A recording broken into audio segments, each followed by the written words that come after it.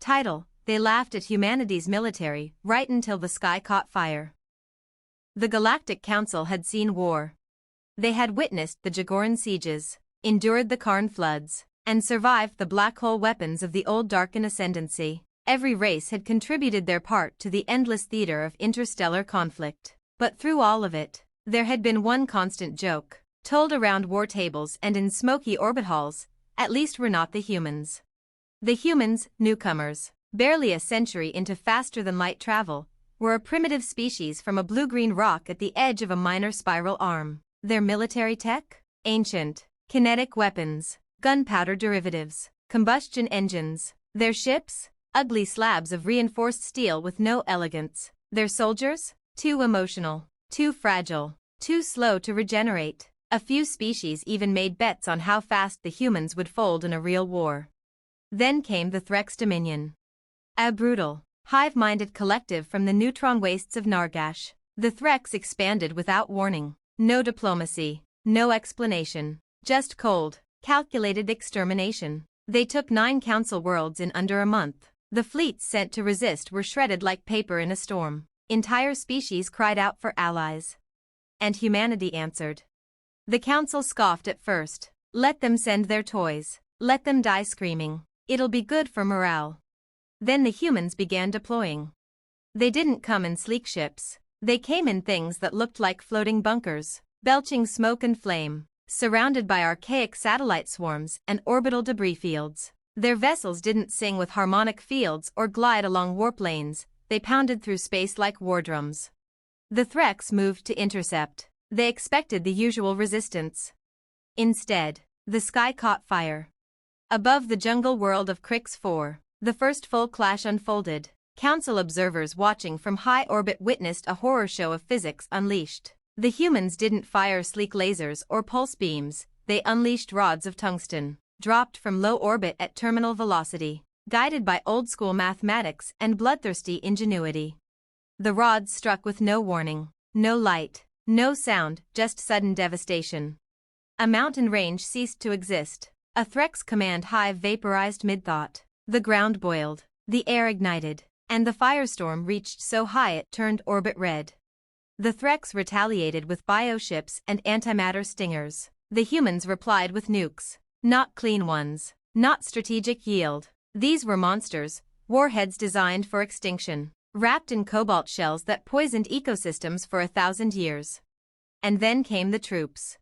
Council forces used drones and AI-integrated suits. But the humans sent Marines. Real people, screaming, sweating, bleeding people with railguns, exosuits, and flamethrowers, storming trenches like it was 1944 all over again. They came in drop pods at Mach 25, smashed through enemy lines, and kept going until their ammo ran dry, then fought with knives, shovels, and bare hands. The Threx had no idea what to do with that kind of madness. Neither did the Council. In less than 3 weeks, the humans turned the tide. The Threx fleet above Tautson was shredded by something called a blackout net, a lattice of orbital mines that detonated with enough EMP to fry even Council tech. On the moon of Syrinx, human engineers converted a fusion reactor into a bomb just to deny it to the enemy. And as the final Threx queen was burned alive on a live stream broadcast across 7 systems, the laughter stopped. Forever. Now, when new species ask who leads the Council Defense Directorate, all eyes turn to Earth. Now, when the war tables meet, no one makes jokes. And when someone asks what human war doctrine is called, they say, simple, we call it fire from the sky. Part 2, The Silence Between Stars. The war was over. The Threx were gone, burned from the stars. Their scorched hive worlds turned into graveyards of glass and ash. But something far more unsettling lingered in their absence. Human silence. At first, the Council celebrated. Victory parades swept across the inner systems. Statues were raised, not of Council heroes, but of human soldiers, their visors down, weapons raised, faces anonymous. Entire species composed songs of gratitude. Some even asked for protection treaties with Earth. But the humans said nothing. They didn't parade. They didn't build monuments. They didn't even answer half the diplomatic calls. Instead, they withdrew. Their fleets returned to Sol. Their orbital weapons drifted into secure formation and vanished behind tight communication curtains. The last human ambassador simply left a message: "We will speak when the time is right. Until then, remember what you've seen." And then, nothing. The council, once mocking and dismissive, began to grow uneasy. A ship from the Volari Consortium tried to scan the perimeter of the Sol system. It disappeared. A diplomatic envoy from the Tarsuan attempted unauthorized orbit around Neptune. It returned empty. Every crew member gone. Instruments fried. The hull etched with deep grooves that spelled a single word in multiple council languages. No. Years passed. Young races who hadn't witnessed the fires of Crix 4 asked, "Why does everyone fear the humans?" The elders told stories. Some whispered, some warned, some denied. But one truth spread: you don't provoke Earth. Not because of their numbers. Not because of their weapons. But because when they fight, they don't fight to win, they fight to end it. No species had ever seen war as a necessity for survival quite like humanity. No race had ever embraced the totality of destruction as cleanly, as coldly, as if it were just a lever to pull when diplomacy failed. The humans didn't burn the Threx to save the galaxy. They burned them so no one would ever try something like that again. One day, long after the fires dimmed, a small ship breached Sol's perimeter, authorized, sanctioned, and trembling. It carried a message from the Council, an invitation to return, to lead, to be part of the great interstellar rebuilding. The ship received coordinates. It followed them. There, floating in low Earth orbit, was an object unlike anything ever seen. Not a weapon, not a ship. A memorial. Dozens of burned helmets, riddled with holes, flags charred by flame, a slab of steel inscribed with one chilling phrase: "They laughed at our military. Now the sky is quiet. We hope it stays that way." The stars were silent. And humanity, watching from behind unblinking satellites, waited. Not for war. But for the day the galaxy forgot again, and the sky would catch fire once more. To be continued. If anyone is foolish enough to make them light the sky again. Part 3: What sleeps beneath the silence? The galaxy didn't forget. Not completely. But time has a way of dulling even the brightest fires. The new generations of diplomats and warlords saw Earth not as a nightmare, but as a mystery, a question unanswered. They didn't remember the screams above Crix 4 or the silence that followed. They only saw a planet that had returned to isolation, and assumed that meant weakness. It started with whispers. A mercenary faction, unknown, off-grid, tested the edges of Sol again. A scouting drone disappeared. A satellite went dark. A ship never returned. The factions didn't panic. They invested. Soon came the Syndicate of Orvis, a collection of privateers and exiled warlords, hungry for control and blind to memory. They told themselves the old stories were propaganda, that humanity had exaggerated its own legend, that the memorials were fear porn. They sent a fleet. Not a probe. Not a scout. A fleet. 70 ships crossed the Kuiper Belt. They powered up stealth fields, readied boarding parties, set courses for Earth's orbital towers. They didn't get that far. Because Sol woke up. The Council's long-range observatories caught it first, a blink in the starfield, then another, then dozens. From the shadow of Neptune, something emerged, and it wasn't on any star map. Humanity had built something, not a ship, not a station, a machine, a dormant structure the size of a moon, hiding in the dark. No lights, no energy signature, not until the fleet got too close. Then it powered on. And the sky caught fire again. They called it the Crucible. A black obelisk of rotating armor plates and artificial gravity cores. It didn't launch missiles. It didn't fire lasers. It simply erased the fleet. Every ship that entered its engagement sphere vanished. Some were atomized. Others were pulled apart molecule by molecule, screaming into open comms as physics abandoned them. A few drifted back, hollowed out, radiation racked, crews reduced to ash and static. The Council declared an emergency session. This time, there was no laughter. The humans didn't broadcast a message. They didn't make a speech. They didn't threaten. They just left one line, pulsed in a low-band carrier wave across every system, every channel, in every language. This is our second silence. There won't be a third. After that day, no ship breached Sol's boundary again. 1,000 new defense treaties were drafted, none of them aimed at the Threx, the Karn, or the Syndicate. They were written for Earth. And no one questioned it. Not anymore. Because now the galaxy knew. Humanity wasn't peaceful. They were just waiting. And the sky still remembers. To be continued. When the silence breaks for the final time. Part 4. The silence breaks for the final time. It didn't begin with war. It began with curiosity.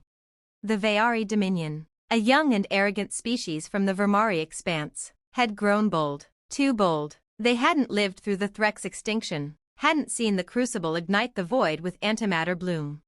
They had only read the stories. And stories, they decided, were just myths, exaggerations. Humanity? Just an aging species nursing old wounds. The Veari were builders.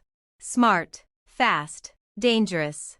They believed they had surpassed Earth and wanted proof. So they prodded the silence.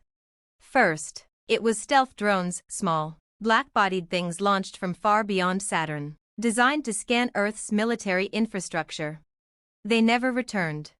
Then came the science expedition. A thinly veiled fleet of warships cloaked in academic registry. They slipped past Pluto under quantum scatter shields. Their leaders watched the Crucible from a distance. It never moved. They laughed. But they didn't see the message appear on their consoles, unbidden, in Terran standard font, blinking on every screen. You are inside the blast radius. Do not attempt to run. They did. It didn't matter.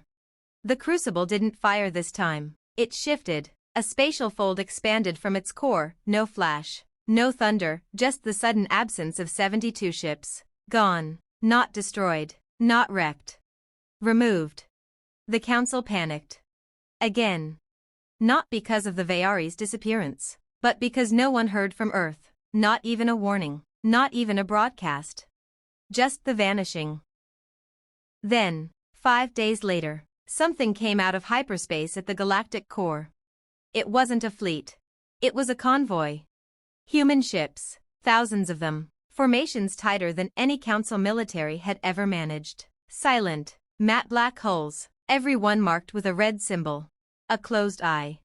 No comms, no beacons, no warnings.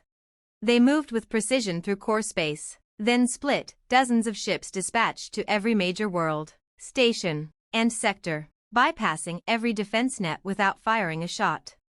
They weren't attacking. They were delivering. Each ship released a single object, a thin black monolith, roughly the size of a man. No weapons. No energy output. Just words, etched in every language. We are not your enemies. But we are not your peacekeepers.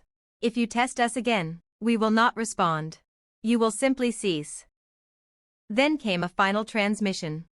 Not from Earth. Not from the Crucible. From every monolith at once. This is the last message humanity will ever send. The galaxy froze. No wars were declared for 100 years. Entire governments fell trying to explain what had happened. Cults formed around the Crucible. Treaties were rewritten. The Veari were never spoken of again. Because now the stars truly knew. Humanity had moved beyond war. Not into peace, but into something colder. A godless silence. One that watched. One that remembered. One that would burn the sky one last time, and leave nothing beneath it. End of Arc I, When the Sky First Caught Fire. Let me know if you'd like to continue into Arc 2, Echoes of the Burned Sky. Arc 2, Echoes of the Burned Sky. Part 1, The Children Who Forgot. It had been 147 years since humanity spoke their final words to the galaxy. 147 years of silence. No attacks. No diplomacy. No expansion. Just Earth, watching, quiet, still. The younger races had never heard a human voice, never seen a Terran ship ignite its thrusters in anger. To them, Earth was a black myth, a cautionary tale to keep pride in check. like a wolf-shaped shadow at the edge of the campfire. But shadows shrink in the light of new ambition. And ambition always breeds arrogance. The Zal then combine, an alliance of synthetic intelligence colonies, born long after the Crucible's awakening, had no memory of the burned sky. Their machine minds calculated probabilities, assessed threats, and saw in soul an opportunity. Emotion-based species are prone to stagnation. Humanity has not acted in over a century. Probability of military decay, 99.2%. Engagement viable. They were wrong. But they needed to see why. They launched probes, millions of them, toward Earth. This time, the Crucible did not activate. This time, humanity did not respond. For a moment, the galaxy held its breath. The probes descended past Mars, into Earth orbit. They mapped continents, scanned cities, even pierced deep into the oceans. No defense systems activated, no ships launched, no comms jammed. The Earth was quiet. Too quiet. The Combine made their decision: invade. The invasion was clinical. Surgical strikes on orbital arrays, precision kinetic bombardments to disable satellite defenses, then landers, thousands of them, filled with biomechanical warforms and self-replicating infantry. They landed on continents that hadn't seen war in centuries. They expected resistance. They found empty cities, desolate highways, hollow silence. No human soldiers. No human anything. The Combine declared victory. Broadcast it. Mocked the old myths. Posted images of the UN flag torn from its spire, waving like a trophy. And then, at 3:17 Universal Time Coordinated, the sky over Earth cracked open. It wasn't a ship. It wasn't a bomb. It wasn't the Crucible. It was a sound. A low-frequency hum that rippled through space and time, flattening every Combine structure across Earth. Machines screamed in static. Synthetic minds melted into feedback. Their own warforms began weeping from their audio receptors, repeating words they had never been programmed to know. We told you not to come. One by one, the Combine forces turned on each other. Then turned inward. And burned. Above Earth, the stars dimmed. From behind the moon, they came. Not ships. Not weapons. Humans. Wrapped in armor the color of void light, eyes glowing with something that wasn't light at all. They didn't speak. They didn't fight. They just watched as the invaders destroyed themselves. One message echoed across the entire Combine network. One final warning carved into the code of their dying AI cores. Humanity has changed. We no longer defend. We correct. The Combine fell within 3 days. All of it. Every world. Every server. Every god. Burned without fire. Erased without missiles. Judged without trial. And the sky was silent again. But this time, the silence didn't feel like peace. It felt like a held breath. Like a predator waiting in the dark. Like judgment deferred. To be continued. In Arc 2, Part 2, The Gods Who Ran. Let me know if you'd like to continue the next part. Arc 2, Echoes of the Burned Sky. Part 2, The Gods Who Ran. After the fall of the Combine, the galaxy did not speak of humanity. Not in public. Not in council halls. Not in the whispernets of merchant guilds or the war rooms of military dynasties. Because now, humanity wasn't just feared. They weren't just a legend. They were something far worse. Unknowable. But even in silence, there are always those who test fate. The oracles of Exatune were ancient. They had walked among dying stars and shaped neutron winds with songs of time. They were revered by dozens of species, believed to have transcended flesh and energy alike. To many, the oracles were gods. And gods do not run. But they watched what happened to the Combine. And they ran. Their great arcship, the Infinite Thought, fled toward the galactic edge, crossing dimensions with technology older than most suns. They passed through dark matter tides and memory storms. They erased their path, hid their signal. Still, they knew.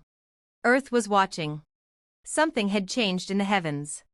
Because as they approached the event horizon of a black star, a hiding place beyond time, they found someone was already there. Waiting. Not a fleet. Not a warning. Just a single human. Standing atop a vessel of stone and shadow, its design older than the First War. She didn't wear armor. She didn't carry a weapon. She simply existed, like a crack in the idea of safety. She looked up as the oracles emerged. And she spoke 3 words, in every voice ever known. You were warned. The oracles tried to fold away, but the stars bent against them. They tried to unravel time, but found it had already been rewritten. They tried to ask why, and were answered. Not in sound, not in thought, but in a memory not their own. They saw Earth after the Combine invasion. They saw empty cities, not abandoned, prepared. They saw humanity standing in circles of black stone, speaking to the void. They saw something step out of it and offer a choice. Not to rule, not to conquer, but to become something that could never be ruled again. Something final. And they accepted. The vision ended. The oracles screamed and turned to crystal. Their ark ship shattered from within. Not by force, but by understanding too much.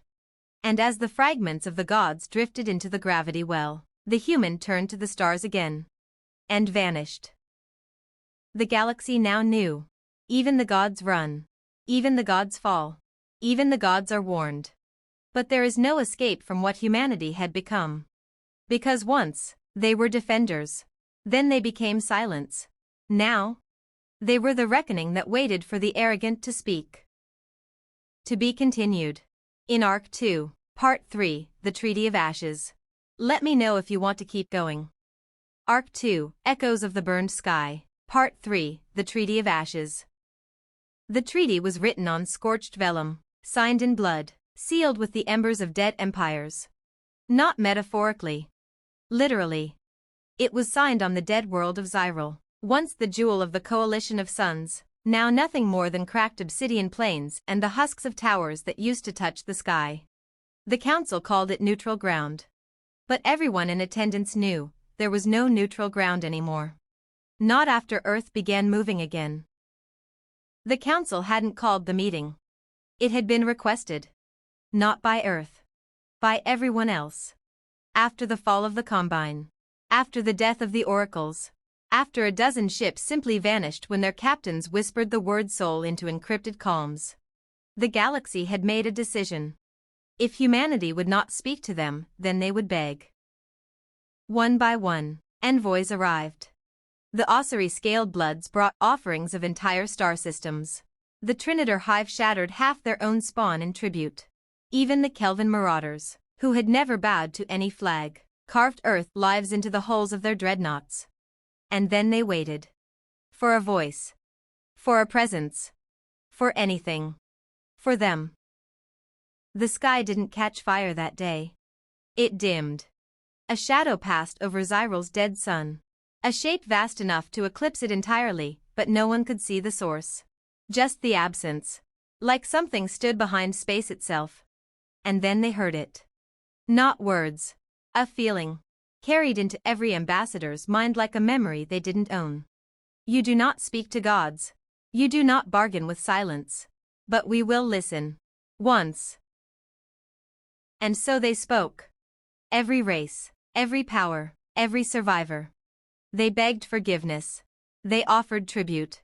They offered surrender. And they asked, above all else, the question that had burned since the first fire fell from the sky. What do you want? The silence stretched. For an hour. A day. A week. Then, carved into the earth by orbital fire, a single word. Remember. That was it. No terms, no demands, no instructions. The meeting ended. The sky brightened again. Humanity did not stay to celebrate.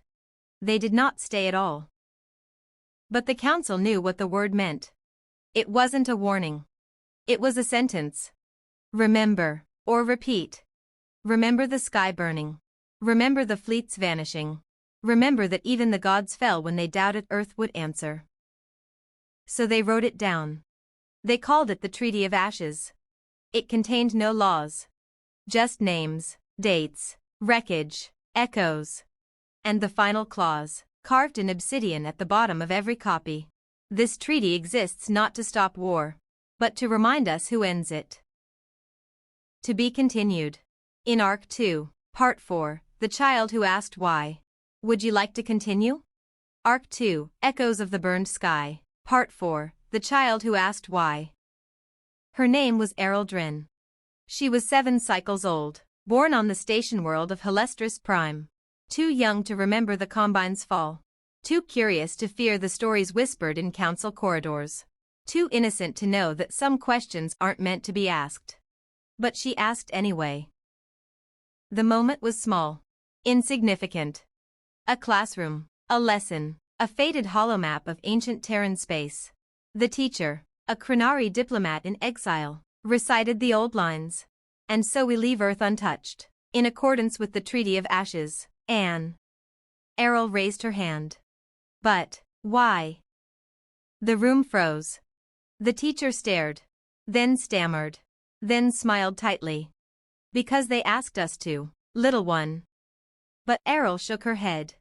No, I mean, why did they become like that? Why did they stop talking? Why did they burn everything? What made them change? The silence that followed was so heavy it cracked the room's pressure seals. It shouldn't have mattered. She was just a child. But across the galaxy, in a dead signal satellite orbiting the ruins of Io, a machine blinked. It had been dark for 147 years. Now, it hummed with awareness. It replayed Errol's voice. Again. And again. Then, without broadcast, without warning, Earth answered. Not with a fleet. Not with fire. But with a story.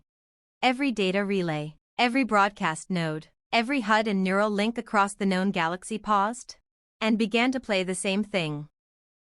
A recording. Low quality, ancient. Footage of a city skyline, smoke rising behind it. A soldier, human, dirty, bleeding, screaming into a radio. We told them not to come here. We told them. They nuked Seattle. They broke the dome. My sister, she was still inside. We tried peace. We tried everything. Now we do it our way. Now we burn the sky. Then static. Then silence. After that, another file. A child's drawing, crayon on real paper. A red sun, a blue planet, a stick figure holding another's hand. Scrawled in shaky Terran English beneath it. Please don't make us angry again. No one knew who sent the files. No one knew why Earth released them now. But every being who saw them felt 2 things. 1. Grief.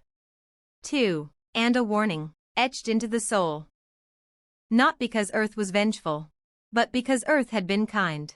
Once. And kindness betrayed becomes something else. Something final. Errol Dren was never punished. In fact, the council summoned her. They asked her not to speak of it again. She said she would, if they could just answer her one last question.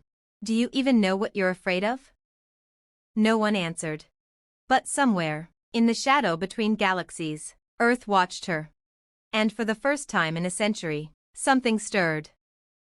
To be continued. In Arc 2, Part 5, When Earth Finally Spoke Again. Shall I continue? Arc 2, Echoes of the Burned Sky, Part 5, When Earth Finally Spoke Again. It began as a flicker. A pulse. A heartbeat, measured not in seconds, but in centuries.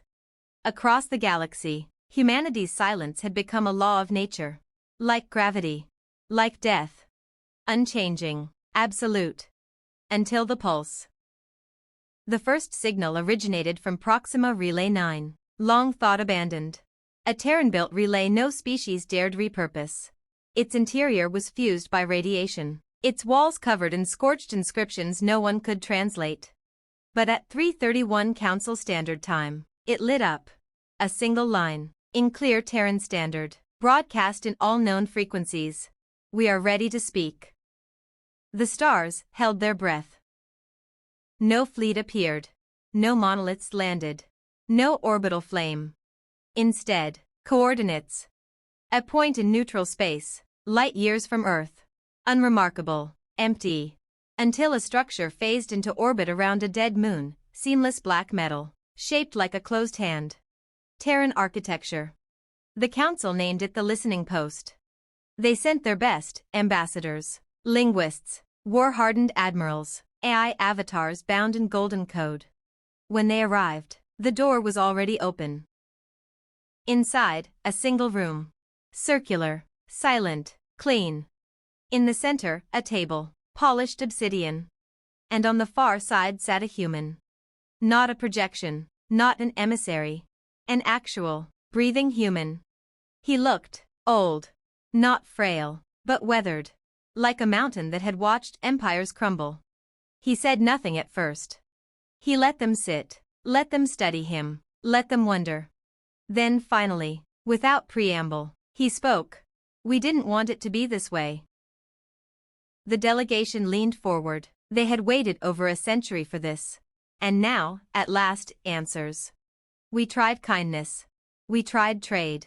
We tried being part of something greater. We were laughed at. We were tested. And finally, we were broken. So we rebuilt, not as conquerors, not as monsters, but as a species that would never be underestimated again. An Ossari diplomat asked, trembling. Then why now? Why speak again? The human looked up. Eyes ancient, voice low. Because one child asked why.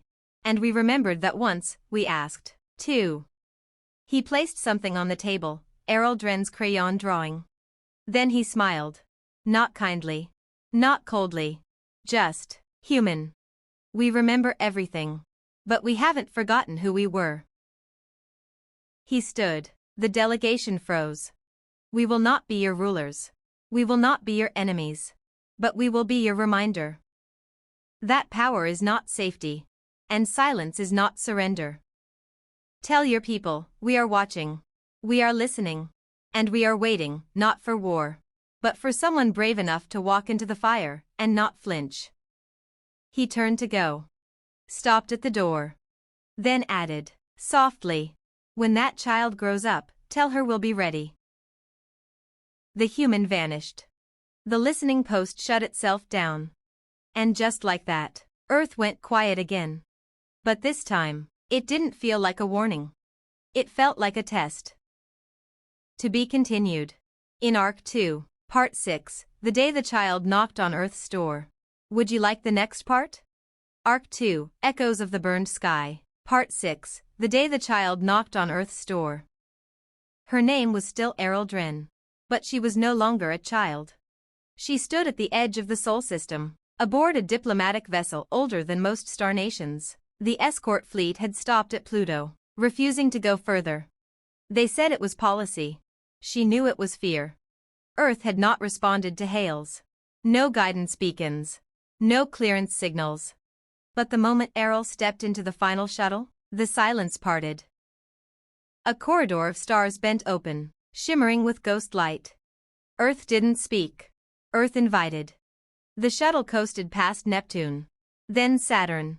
Then Jupiter, where a Terran war monument still floated in pieces, its fragments forever locked in perfect orbit, spelling the words, "We burned so you wouldn't have to." As the blue and white marble of Earth grew near, Errol felt it in her bones. Humanity wasn't gone. It had just gone quiet. And now, it was listening. She landed alone. No escort. No honor guard. No guns. The surface was nothing like the galactic databases described. There were no cities, no lights, no ruins. Only nature.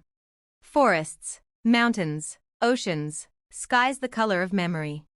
It was like Earth had reset itself, not to survive, but to heal. And in a clearing surrounded by ancient trees, she found a bench. And a man already sitting there. It was the same one from the listening post. Older, now. Hair white, eyes still sharp. He gestured silently for her to sit. She did. They watched the wind move through the grass for a long time. Then he finally spoke. You asked why. She nodded. You were the first in generations to ask a question no one else dared. Not what we are, not what we can do, but why we became this. He turned toward her. And are you ready to hear the answer? Errol straightened her shoulders. Yes. He smiled sadly. Because we were like you. We were proud, we were hopeful, we believed in diplomacy, in fairness, in logic. We believed the universe was harsh but reasonable. And then it wasn't. And we lost everything. His voice cracked. For just a moment. We built monsters to defend us. Then we became worse than the monsters. Not because we wanted to. But because we had to. To survive, to be heard, to be left alone. We didn't want to burn the sky. But they made us choose between silence and extinction. And we chose remembrance. They sat in silence. The sun began to set. Finally, Errol whispered, "Are you still those people?" The man looked to the horizon. Then back to her. "No. But we remember them. We are not your past. We are your mirror. And one day, you'll need to make your choice, too." A long pause. Then he reached into his coat. Handed her something. A notebook, worn, leather-bound, Terran. The cover read, "When the stars forgot what fear meant." Inside were stories, drawings, maps, memories. Not of war. But of before. He stood. "You asked why we stopped speaking. Maybe now you'll understand why we started again." Then he left, fading between the trees like smoke on wind. And Errol sat alone on the world that changed everything. Reading a book written by ghosts. That night, for the first time in centuries, Earth sent a signal to the stars. Not a warning. Not a threat. Just a name. Errol Dren. To be continued. In Arc 3, The Fire That Chose Peace.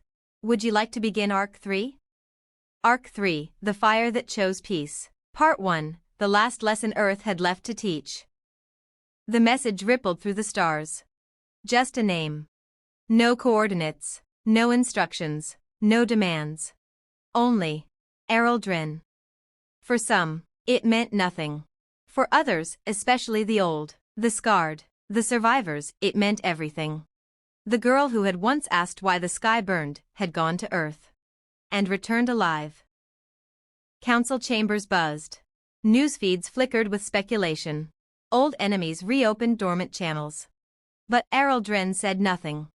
She didn't hold press conferences. Didn't return to Halestris Prime. Didn't accept the medals the council tried to pin on her. She simply disappeared. And 2 standard weeks later, ships across 50 systems awoke to the same transmission. Her voice, calm, quiet. Broadcast in every known language. "I know what Earth is now. I know what they were. I know why they chose silence, and why they broke it, for me. And I'm telling you this now, not as a warning, not as a plea, but as a truth you must understand before it's too late." Humanity didn't become fire to destroy. They became fire to survive. And when the stars tried to extinguish them, they learned to burn hotter than anyone else could imagine. But that flame is not rage anymore. It's not vengeance. It's something purer, harder, older. It's resolve. And they offered it to me. The galaxy trembled, not because of the words, but because of what came next. Errol shared the book. The Book of Earth. Scanned, preserved, broadcast in full. And the stars read. Not classified data, not military logs, not kill counts or tactical diagrams. But letters, diaries, drawings, songs sung in bunkers, a child's poem, written before the first orbital fell, a mother's last message to a daughter trapped in a burned-out dome. The truth of what Earth had suffered, and what it refused to become until it had no choice. Across empires, people wept. Generals, emperors, hives, AI minds that had never felt anything suddenly shut themselves down to process what they'd learned. The question changed. No longer why did Earth become fire? But, would we have done any different? Then, Errol spoke once more. Humanity gave me something, not a weapon, not technology. They gave me a question. One you must all now answer. And it echoed across the stars. If the fire that destroyed everything was your only way to survive, would you light the match? No threats followed. No ultimatums. Only a final phrase, etched into the transmission's signal code, the same one burned into the hull of every Terran ship long ago. We chose to burn. So you might choose not to. That day was marked as a galactic holiday by many, the day Earth spoke in peace. But those who understood it best didn't celebrate. They sat quietly. And remembered. Because they knew, if the stars forgot again, Earth would still be watching. To be continued. In Arc 3, Part 2, The Empire That Tried to Lie to Fire. Shall I continue? Arc 3, The Fire That Chose Peace. Part 2, The Empire That Tried to Lie to Fire. Peace unsettles empires built on fear. And the Vicari Continuum was such an empire. A theocratic machine state, brilliant, beautiful, cold, ruling across 300 systems with doctrine and dread. They had survived the Combine, appeased the Crucible, and rewritten their own history to claim they had never feared Earth. But when Errol Dren's broadcast reached their worlds, something cracked. Millions began questioning. Thousands defected. Hundreds whispered the unthinkable. What if Earth was never the threat? What if we were? The Vicari High Synod saw it coming. And so, they did what tyrants always do when their people begin to ask questions. They lied. They denounced Errol's message as a fabrication. Claimed the Book of Earth was a psychological weapon. Said no emissary had ever walked the Terran surface. And to prove it? They sent a war fleet. Not toward Earth. No one dared that. They targeted Lisari Prime, a fringe world that had broadcast Errol's message without state approval. The Vicari didn't just attack. They cleansed. Orbital strikes, data purges. Every copy of the Book of Earth burned from the planet's memory. The attack lasted 6 hours. The silence afterward stretched for 3 days. And then, Earth answered. No fleet. No fire. No crucible. Instead, a signal. From within the Vicari capital. Across every screen, every interface, every sacred data scroll, 2 images appeared. 1. A photograph, grainy, old, of a Terran child holding up a drawing of Earth. 2. A satellite feed, the Vicari fleet above Lisari Prime, caught mid-bombardment. Then words. Simple, quiet, final. You lied to your people. You destroyed truth. Now we will give it back to them. Every firewall collapsed. Every restricted archive decrypted. Every citizen in the Vicari Continuum suddenly had access to everything. The Book of Earth. The Errol recordings. Even footage the Vicari had erased centuries ago, of the Threx War, the Kryx firestorms, and the Treaty of Ashes. Truth spread like wildfire. And the Vicari Empire? It didn't fall. It imploded. Cities rioted not for revenge, but for the right to remember. Entire military battalions laid down arms, declaring allegiance to memory over empire. The High Synod activated doomsday protocols. Earth responded with one final broadcast. You built your empire on forgetting. We are the fire that makes forgetting impossible. Then they went dark. Again. And in the ashes of the Continuum, on a wall scorched by revolution, someone scrawled a message in old Terran script. They didn't kill us. They didn't conquer us. They made us remember who we were. To be continued. In Arc 3, Part 3, The Machine That Asked to Feel. Would you like to continue?